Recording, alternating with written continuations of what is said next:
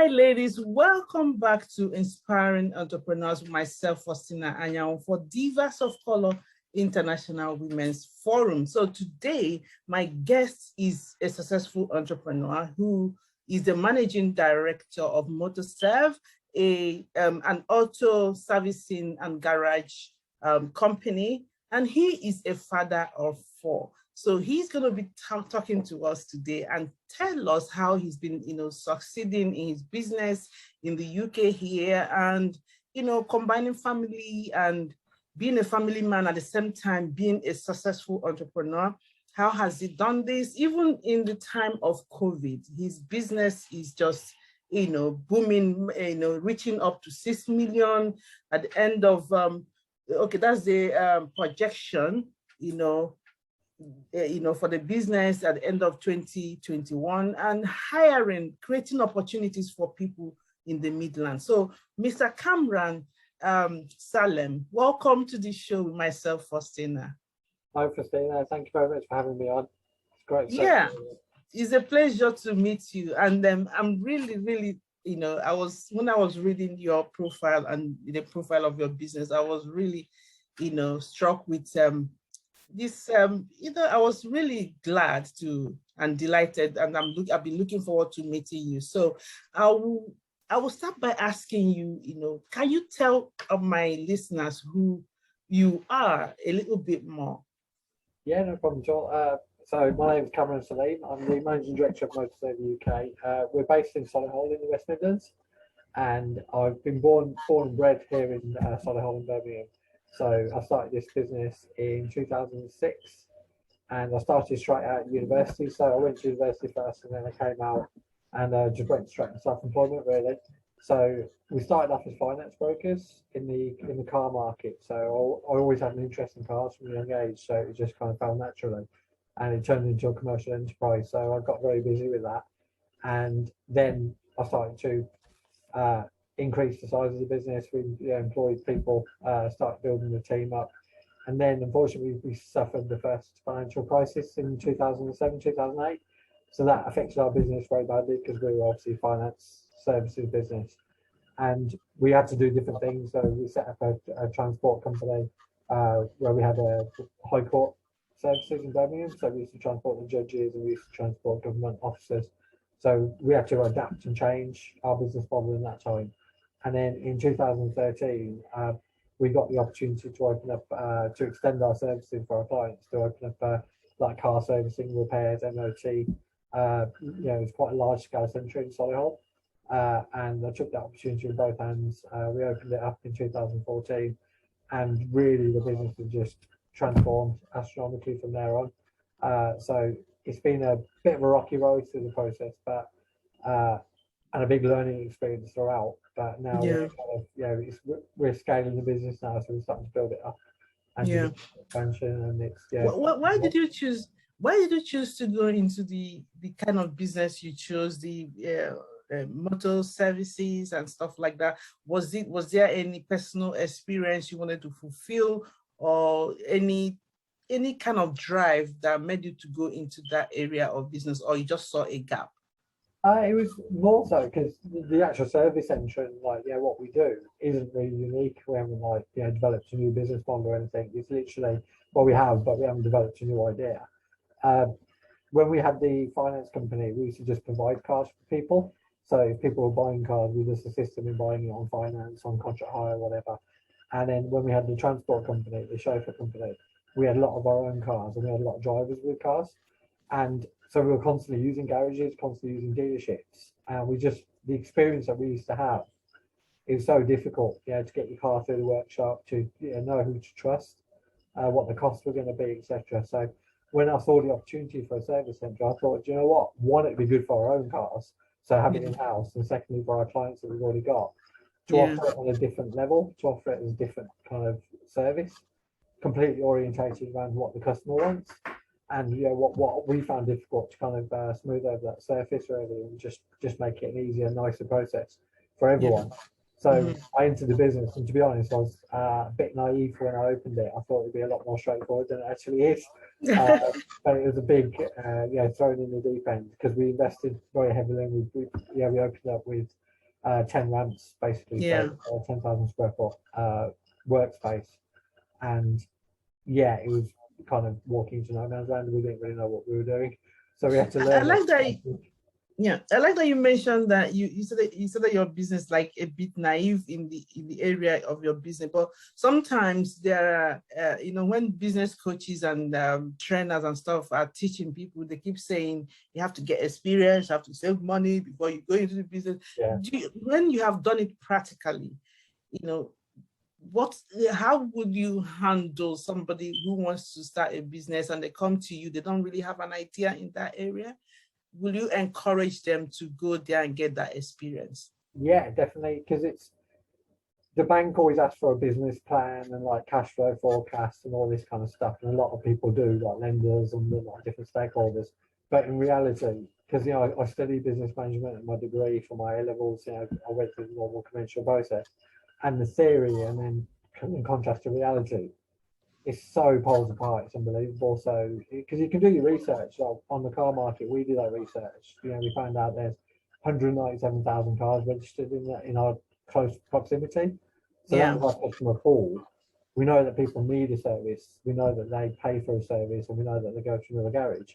So you have to kind of prove concept to start with. You can't just invent something. Everyone's going to buy this and just assume they're going to. It's got to be a kind of proven business model. But when you actually start doing it, all our projections, all our kind of figures that we had in our, on paper, they all got thrown to the wind, because when you actually start, everything's different. Marketing doesn't respond the way that you want it to. The branding might not be right to start with, because we started off completely. When we started Service Centre, we started with a different name, and then when we actually tested that in market, people didn't know what we did. It was called iAuto UK, and people thought we were an internet company. They thought that we were like, you buy cars on the internet from us. They didn't know that we were a service centre. So we changed the name to Motorserv UK, because it's more kind of labelled on the tin. It says exactly what we are. So it made it more clear. And then we really got going with branding and the company structure and building it up. And then now it's a completely different story. It's now we're very experienced. We've been through all the problems, and now we've got a business model that actually works. Yeah. Now, as your business grew, as you continue to grow and you continue to get more experience and expand and all that, what are these principles that you learned, on your journey, and you began to apply them and you saw them, improving your business? Are there any tricks that you had to try out? Yeah, no problem. It's really linking to the first question. It's when you start off on the journey, if you have to change it all around, if you have to move things around, if you have to adapt, then you have to. Don't get disheartened, because I speak to a lot of other business owners, and I see a lot of other garages and a lot of other businesses, and when they go out of business, or they stop, or they just they go into liquidation, it's more so because the owner has lost their will to continue. They just give up. So if it's not something you want to do, there are obviously alternative things you can do, but people get disheartened by it. But you have to continue. You have to adapt. You have to adapt the market, and that's what what happened with COVID-19, like with the lockdowns last year. The reason why we're still here, the reason why we're still open, we're still thriving, is because we adapted so quickly. So as an entrepreneur, you have to learn to adapt. You have to learn to change your mindset. You have to literally change everything that was on paper. Might not be the reality, so you have to change your business model around the reality, and you have to be able to get feedback from the community, like the market and the community, and really fit into their needs. Yeah, funding is always the elephant in the room, and like you said earlier, banks and lenders are always skeptical to give loans to startups or business that are struggling, regardless of what, how fantastic the idea is. Yeah. So did you have those challenges of raising funds, and how were you able to conquer them? Yeah, almost certainly, because when we opened up this premises, it needed 350,000 of infrastructure investment. Like we had to build these offices that I'm sitting in, we had to build the workshop and all this kind of stuff around us, and then the signage, the marketing, etc. So I needed a lot of startup capital. So I had to write these business plans. I had to write all the projections and the graphs and everything. So you have to go through that process, and you have to kind of build it all out. And what I say is, because we're motor trade, it's very, very difficult to get funding, because motor trade, unfortunately, has a lot of failures. There's a lot of garages that close. There's a lot of people that have trouble with it. So to get the initial funding, all the high street banks said no. But we found basically going through independent brokers, going through like small intermediaries and small finance companies.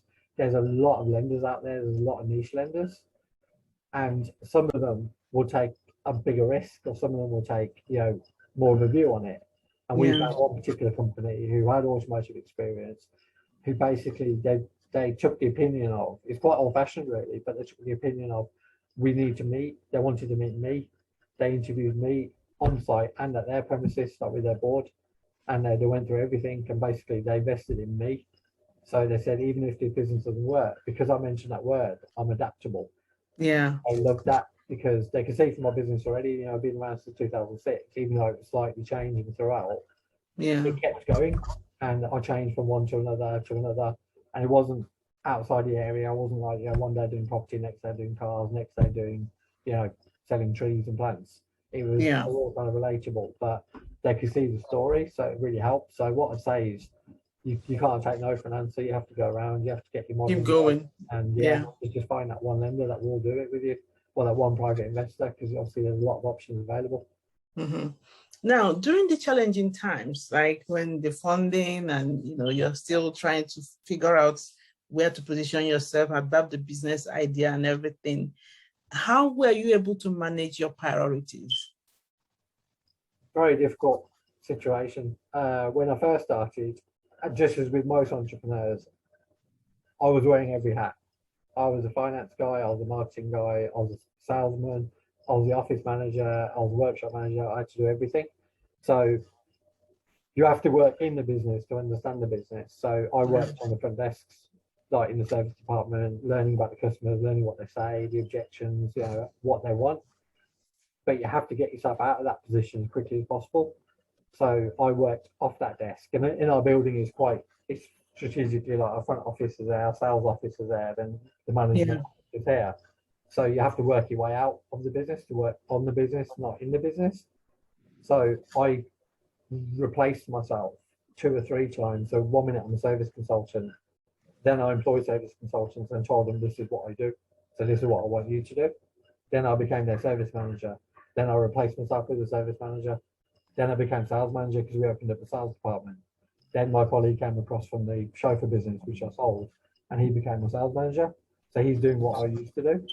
And now I'm the managing director. Now I've got a finance guy, I've got a marketing head. You've got to build up each department, and now I've got a workshop controller. So now I'm delegating a lot of the tasks and a lot of responsibilities. But initially, I was working 85 hours a week, doing everything. I used to literally physically work in the service consultant role 8 till 6, then move into the other office to have that in my mind that now I'm doing management stuff. And I used to move my laptop and everything. And oh my God. Now I'm doing my management stuff. Now I'm dealing with the banking. I'm dealing with I've got to recruit more staff. I've got to do this. I've got to do that. So unfortunately, you've got to put the hours in. There's no easy fix. But the key is really, you have to replace yourself as quickly as possible, and you've got to get people in position. That's if you want to scale, because a big business isn't for everyone. Some people want a business which you consider more of a lifestyle business. Yeah. My wife's a private tutor. She teaches GCSE and A-level kids science, and she does it because she loves it.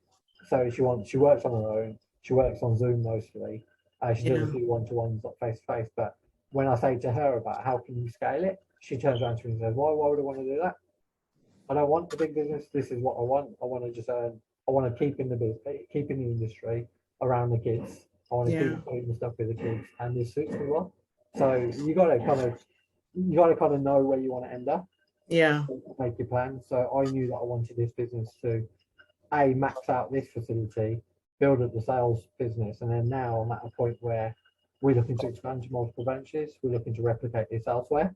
Yeah. And then my role from here, like I'm literally doing it at the moment, I'm replacing myself at this desk.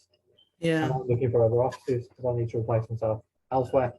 I'm looking forward to the day I will replace myself on areas like you're saying. It's so amazing listening to you. Like businesses are very volatile. Most of the times there are both government policies, environmental issues, financial, personal. A lot of things could go wrong. Yeah. And having taken all that risk, And then you reach to a point where you want to now employ somebody and trust somebody to run that risk that you've already built. Yeah. How did you have any fear? And if you did, how were you able to overcome that fear?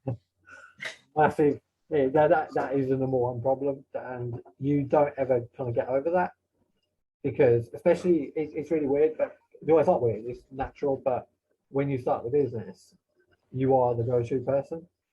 Then when you kind of get more staff, there's a lot of customers, a lot of clients who you dealt with in the past who only want to deal with you. So we still get people coming to the centre saying, I know Kamran, I deal with Cam, I want to like deal with Cam, this and that. And I have to kind of remove myself from the situation and say, dealing with me or dealing with the service manager or the sales manager is exactly the same thing. So I'm still here in the background, but because I can't kind of, if I'm doing my job, I can't be doing the service manager's job or the service consultant's job. So it is really hard, but having the visibility to know that the guys are doing the same job as I would be doing or that we want is really difficult. So it is, they're kind of tools and mechanisms that I've put in place. So we've got a very strong feedback portal. So I have like if you're booking your car in with us, for example, and this kind of applies to restaurants or hairdressers, whatever, we have a like pre-call before the bookings. It's kind of like, and that's done by an external company.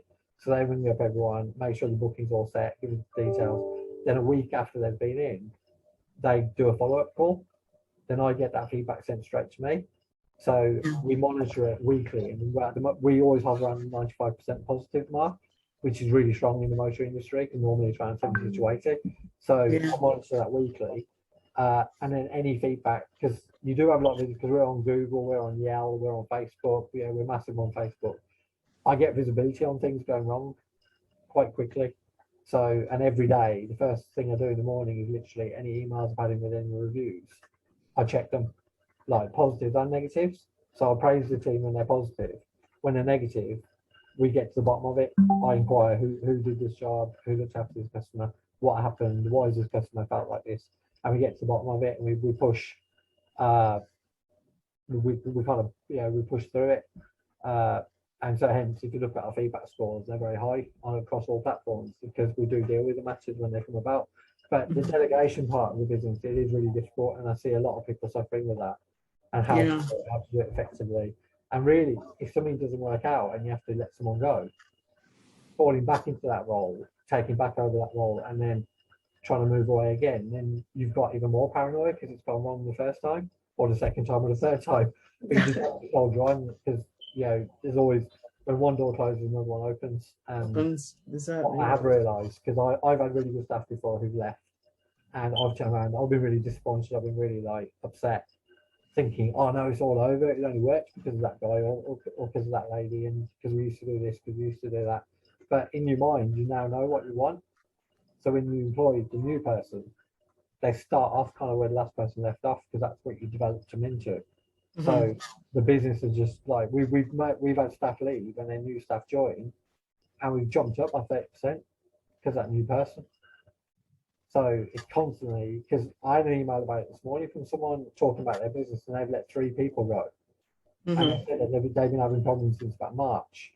But because it was comfortable, because of the status quo, they kept that person on, and it was just normal. But in reality, when they looked at it, they actually realised those people weren't right for the business, and they weren't doing a good job. They were annoying the clients. They weren't fulfilling the obligations. So they just ripped the plaster off and just let them go.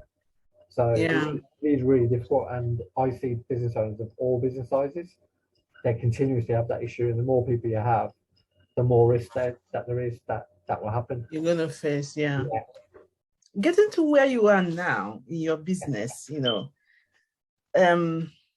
how long, how am I going to phrase this question now? How long did it take, or at what point in the business did you begin to feel that you're actually financially succeeding? There are different aspects of success in the business. Sometimes you feel, sometimes when you're in business, there's a point where the business is servicing your ego. You feel you're, doing something important and all of that. But then when it comes to financial success, how long did it take you to start feeling it and seeing it that actually this business can actually grow? That's very, very good points you made. And It's so true. From the start, from 2006, I view in my mind that 2006 and 2012 was me messing about and learning and doing things on a lower scale. Yeah. So the turnovers, the finance business used to do about 150, 200,000 pounds a year, which was good because it was only me and one other at that time, so it was very good. But then the chauffeur business, like if we maxed it in Birmingham, we did 250, and a lot of there was a high cost to that business as well. So again, but what I did was I used to do the payroll myself. I used to do the VAT myself. I used to basically manage the drivers, manage the jobs. So it was all learning. And so when I moved into the garage business, which is, we've got 28 staff now, and our VAT is like literally 30 times bigger than what it used to be with the chauffeur business, and our turnover is like significantly bigger. But it's the same thing, but different zeros. So you got to learn it. So even if you're doing, like when we're doing chauffeur company, I did used to think, we're sending drivers out and he's going for £150, to drop someone off. And then out of that, we're probably going to net about 60 quid. And it seems a lot of effort for 60 quid. But it was the multiples of those 60 quids that used to kind of build up. And it was like, oh, actually, it's doable. But I wasn't taking much wage at that point. But the business here, we just scaled it. So this business here has got a lot more capacity. I always talk about glass ceiling to a business. So when I see people setting up a shop or setting up a like hairdressing salon, setting up a restaurant, you got to look at the capacity of where you're at and where you can be. So, and how it become meaningful. So like I gave an example of my wife. She just wants to earn a couple of hundred quid a week just for pocket money. She stays below the tax threshold. She stays below the VAT threshold. She's happy. She can go and buy that handbag. She can go to Tesco. She can do this. She can do that. That's her aspirations because she kind of, we do a lot more stuff around it. So she's happy with that for herself. But for my business, in my mind, because of like my background and my education and stuff, I've always seen it that, we need to be doing millions for me to feel fulfilled. So I've always had that aspiration, but I never had the vehicle to kind of do it in. So the finance business, I'll never do it in. The chauffeur business, I'll never do it in. So when we opened up this garage, there's a real difference of opinion of, do we start in a small place with 2 ramps?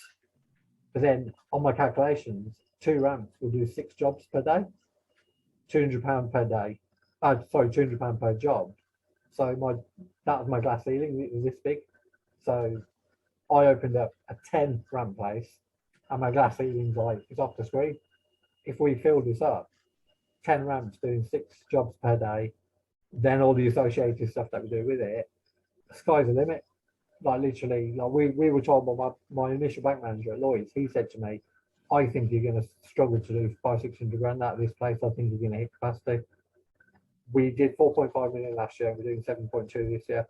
So we're not doing that from the service. We've wrapped around the sales business to that business, but it's just a glass ceiling. The business that I've chosen here, it kind of launches us into the stratosphere. So we've got the zeros, so we've got the turnover, so we're classified as a big business. So you mentioned that word ego. That's so that's down to the T. I'll go to events. I'll go to charity events. I was at one on Tuesday night, and it's all about, I'm a bigger businessman or bigger businesswoman than you are, and it's all about that. And it's like, I've got the best car, I've got this, I've got that. In reality, it's down to who's making the biggest net profit. And it's the happiness that you have with your family, with all your stuff. It's a personal choice. What makes you happy? So you got to kind of pick a business that will fulfill your obligations really and fulfill your needs. Yeah, amazing. I'm listening to you, and I'm like, oh dear, it took you quite a while, and now look at where you are. So many people have given up and everything, and it amazes me as well. Like, through 2029 and 2020, that's last year and now the financial year, many businesses struggled because of COVID situation and all that. But instead of your business struggling with other people, you having this exponential growth within that time and now. So how, I don't know, how did that happen? How were you able to control the situation and take advantage of it? It was a really difficult period. Obviously, when that announcement came at the end of March, we're all watching the TV screens, we're all watching it on Facebook. What's Boris going to say? And when you turn around and said, we are going into lockdown, you know, panic set because we've got big bills here, we've got big overheads, got a lot of staff to take care of. So it was like, oh my God, what the hell are we going to do? But when we started deciphering the information, we started looking at, okay, so our service business can stay open because we're essential services, but the sales business has to close. Sales business is like 3 times more revenue than the service business for us. So it was a big chunk that we had to just kind of put on pause. Yeah. But we basically worked through our bank accounts, worked through the P&L, closed off any payments that we could. So like, you know, took payment breaks, took, you know, breaks on things that we were able to kind of stem the cash going out. So that alleviated my panic a little bit. So that was okay. So that's sorted out. Staff are all okay. The main thing is we've got to keep the staff well and healthy. So we've put a lot of measures in place very quickly. So we've got a lot of PPE in. We closed off the offices. We closed off the courtesy cars. Literally minimised contact points to kind of keep everyone safe, and the customers, and obviously suppliers and the drivers and stuff. And we just reacted very quickly. And I think the reason why we did a lot better than everyone else in terms of the automotive industry is because the main dealers panicked, I believe, and they shut straight away. They just said, we're closing. It's not safe to continue, so we're closing. So we had a lot of business that was going to them that came to us. So we were kind of the last one standing. But it's also because we've got such a big Facebook following. We've got such a big presence on social media. Yeah. We put a message out saying, we are now doing this. We stick a bit of budget on it. We get seen by 10,000 people quite quickly. So on the day of lockdown, the next day, we literally launched a social media campaign saying, we are still open, but we're not doing this, this, and this, but we are doing this, this, and this. We specialised in NHS and key worker, essential emergency works. Mm-hmm. And then all this stuff started coming out the woodwork. People started contacting us saying, we need masks, we need hand sanitizers, can you help? And it's like, well, yeah, we've just taken a big consignment. And also we need cars because the GP started going around helping the ambulance service in the Birmingham, North London area. So we provided 5 cars for them at cost. And so they'll drive around in our cars, start helping people. And the PR and everything that came off the back of that was absolutely fantastic. Yeah, we were on Channel 4 in August, we were on Channel 5 in November, and we were on ITV1 in February. And it's all off the back of that momentum that we built through the period. So it's kind of every cloud's got a silver lining. So we had to just look for that silver lining and just maximise any opportunities we could. Yeah. Now, ultimately, with all what I'm hearing from you, is for you to succeed in business, you must be versatile and flexible. Is that correct? Yeah, adaptable and just willing. Like a lot of my staff, they say to me that I wouldn't want your job because even now I still work 6 or 7 hours a week. I can't switch off. So, but that's just me. Whereas I've got other members of staff, I've got friends and family who don't want to work like that. They think we can actually work smarter and work less hours. Yeah. But that's what they want to do. Whereas I enjoy this, so I don't see it as work when I'm here till 7, 8, 9 o'clock, 10 o'clock at night. I'm doing stuff and I'm doing productive stuff that's going to help the business moving forward. So you have to be adaptable, you have to work hard, and you have to kind of I've got a business advisor, which I suggest everyone should have. You should have a business coach. You should be part of every day is a school day. You can't assume you know everything. Even if I know cars really well, I know a lot about cars, and a lot of than most people do. But I can't be big-headed and think I know everything about cars, therefore I'm going to make loads of money. Yeah. I don't know. I had to learn about HR management. I had to learn about the accounts a lot further. I had to learn about the marketing, all the different aspects. So I've got a business coach and I've got a business group that I'm part of, 2 in fact, who help me with my marketing, who help me with my copyright, who help me with my systems and processes. And they help me take shortcuts. So, and I go to them every month still. And even though the business is at, like, we're not discussing things that are like on a granular basic level, like, you know, how to set up a website, how to set up a Facebook page and stuff. We term it as scale strategy. So we are where we are. Where do we want to be? How do we get to there now?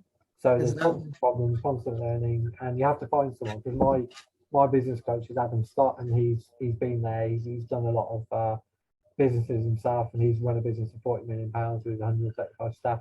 So he's now got the T-shirt. So the advice and the input that he provides to me, he remembers when I talk to him and say, I've got this problem, I've got that problem, I've got this problem. He said, "Oh, do you know what? We had that problem. We had a similar problem. We had, the opposite of that problem. This is how we dealt with it, and this is what mistakes I made.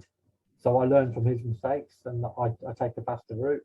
So and that kind of helped us because you say I only deem in my mind that we started this business in 2014, even though it's the same limited business changing. Started to Motorserv UK in 2015, really, like when we actually got going. So 5 years to hit 4 million quid is quite good in my book. So I'm quite happy with that. And then now just continuing to scale. But you got to kind of remember, you got to keep getting the books, you got to keep learning, and don't think you know everything. That's the key there. Yeah. Now, this era of social media, we are actually coming, down to the towards the end of it, but not yet. Yeah. So this era of social media, there are a lot of motivational speakers. They pump people up and tell them, ditch your 9 to 5, start your own business, be your own boss. So people see a lot of the glossed up about business, the fun part of it, the success and everything, but they don't really understand the nitty-gritty of what it really takes to be a business owner. Yeah. What will you tell somebody who wants to start a business? You got to, because you know what, today's era, compared to even when I started, when I started in like 2006, I used to use car forums for information. And there used to be lots of them. So you've got BMW, Land Rover, Audi. I used to go on there, so I used to learn a lot from there, meet a lot of people, do X, Y, Z. And they were the first forms of social media, really, because that was 2007 when Facebook started. We were straight on that, and it took a while to develop into this big monster that it is now. But it's nowadays you've got so much available online. You've got so much on YouTube, like free. You've got so much on Facebook, as you said. A lot of people, and they are selling the dream. They're selling the good bits. But you should have the good bits in your mind. You should be positive about where you want to be. And a lot of what these people say it is a reality. If you set up a business and you do well, you can have a nice car, you can have a nice house, you can have a nice lifestyle, you can be dressed really well. It is a reality, but you do have to drill down. You have to look at all the different aspects. So I'd suggest that don't discount the good advice and the good, like the glossy bits because that's kind of good to keep in your mind, to kind of keep your goal on. But the nitty-gritty stuff, you do need to get into like specialist courses, and you need to look at like social media separately, financial stuff separately, other marketing advice. So find the right person for the right element that you're trying to develop. Yeah. So, or find one that does everything. So it's down to you. And there are, as you say, there's a lot more people emerging all the time, and there's a lot more. I see people because I'm involved in the background, like we're talking about doing stuff outside the business as well, but I'm involved in property quite heavily. So I get a lot of stuff on Facebook from like this property guy, that property guy, this property guy, and I watch it. I watch all of them, because they interest me, but I take it with a pinch of salt, and I kind of keep it real.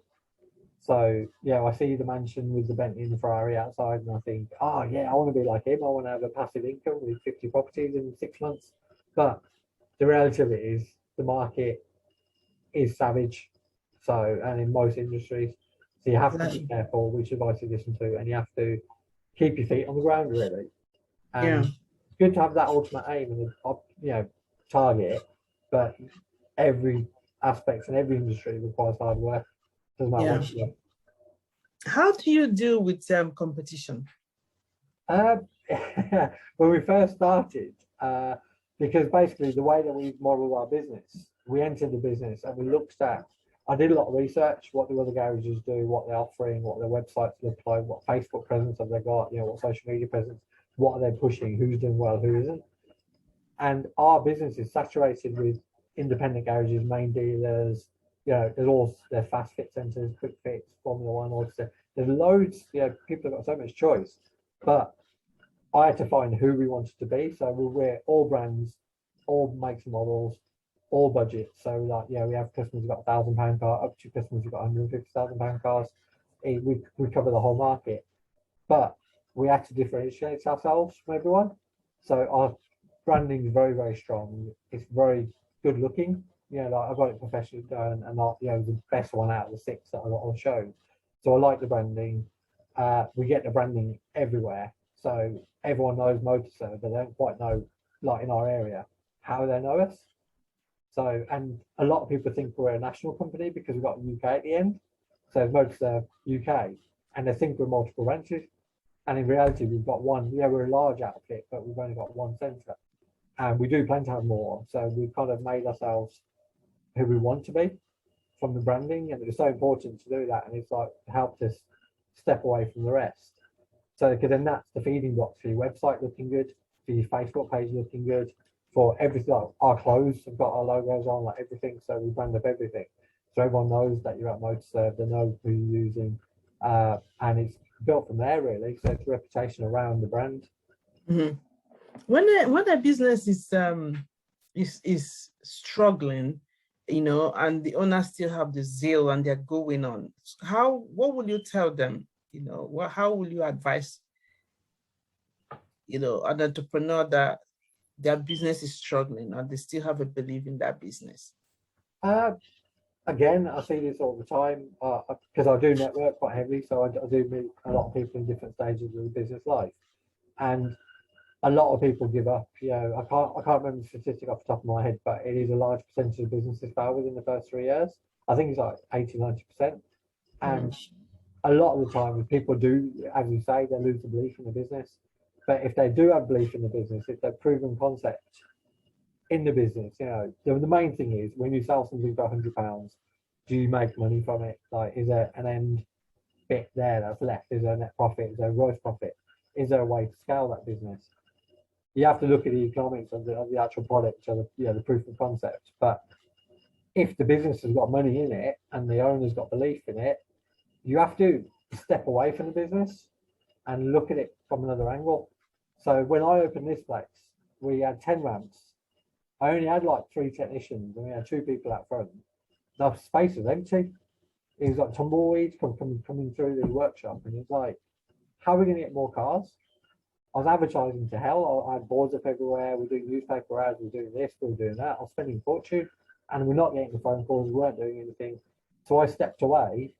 I got engaged. I was giving you advice. Speak to other business coaches. Speak to other owners. That's where I learned myself. So I started speaking to people, and they started looking at the business. And because I had my glasses on like that, and I could only see the tunnel of, oh my God, this was supposed to be so much different. We're supposed to have loads of cars in. I was supposed to make loads of money by now, and we're making a loss month on month. How long can I sustain this? I was getting really stressed, worried about my family, worried about what have I put myself into, what have I done to my kids. And then it was like literally a step away from it. What does everyone need? So we came up with a £15 MOT, because every one of our customers, like largely, have got cars over 3 years old. Everyone needs an MOT once a year. So we just made that MOT £15 for anyone and everyone. And if you don't pass, it's free. Every garage, everyone in our area sent us abuse on Facebook, sent us emails saying you're ruining the prices, you're ruining the market. There's one thing being competitive, another thing cutting people's throats. That's the kind of abuse I was getting on email. And we just persevered. Like, we built the infrastructure, so we've got a twin lane. I've got 4 testers on site, so we can do 20-25 MOTs a day. And it basically made the business skyrocket. Literally, everyone bought their cars in here because we have got a nice place, and that's why I was so angry, because I was like, I spent so much money. It's amazing. We've got lovely courtesy cars. We've got a lovely waiting room. Why are people not coming? Like, I built Rome. Why are the Romans coming? You know, that was kind of that's what I was told in my head. And then it just took a step away, reevaluated the business, and said, okay, this is one thing that we could do. Then we tested it across social media. We had a massive response to it. And it was like, oh my God, this is the key. So not for our particular business and our particular size. So we inserted that in as a permanent product. And then now we got that on the back of buses, we've got that on billboards, we've got that on all our cars. So we're known to be the home of the £15 MOT. So all our customers, it's a no-brainer. It's an irresistible offer that we've created, that there's no reason not to use us. So everyone comes to us, and then off the back of that, we get the opportunity to service their cars, to do the clutches and the bigger jobs and the suspension, the tires, you know, and then not just this year, next year, and not just for their car. We want their wife's car, we want their brother's car, we want their son's car. So, you know, whoever wants to get one family, you can get 5 cars basically out of that family. So then they'll all come to you. Next thing, we've got 32,000 customers on our books. And now the appointments are so full that we're looking at other premises. So looking how can we do that at another site and replicate what we've done. And that kind of, we've shown the proof of concept, so now we're looking to scale. So don't be disheartened, and basically look at the business and relook at it, get outside help if you need to, and just reinvent the wheel, so to speak, as best as you can. Wow, that's amazing. Honestly, you've really, you've really broken things down that anyone who at every stage of business, you've done it, you've seen it and you've succeeded. And you just shared a wealth of knowledge that will empower and inspire so many people. So thank you so much, Kamran Saleem, for coming. We appreciate you. And I look forward to hearing more from, how your business starts having more, branches and all that. Yeah. And hopefully one day I will come in to see. Yeah, definitely. Hopefully I'll have a branch near you soon. Yeah, thank you so much. Brilliant. Thank you for being there. Thank you for having me. Okay. Take care. Thanks. So